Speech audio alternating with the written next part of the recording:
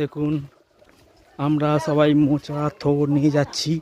সামনে দুজন আছে, দুজন মোচার পুরো একদম লম্বা, একদম মোচার একটা মোচা বলছি, থোড় নিয়ে যাচ্ছে, লম্বা লম্বা থোড় দুজনের সামনে হাতে করে নিয়ে, বাঁশের মতন, ঠিক আছে।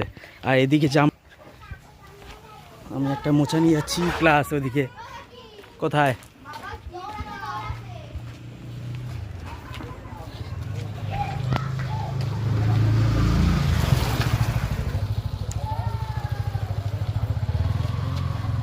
আমরা মোচা নিয়ে যাচ্ছি দুজনা পেছন দিকে, ওদিকে সাথে থোড়ের বড় বড় ডাটি টাইপে।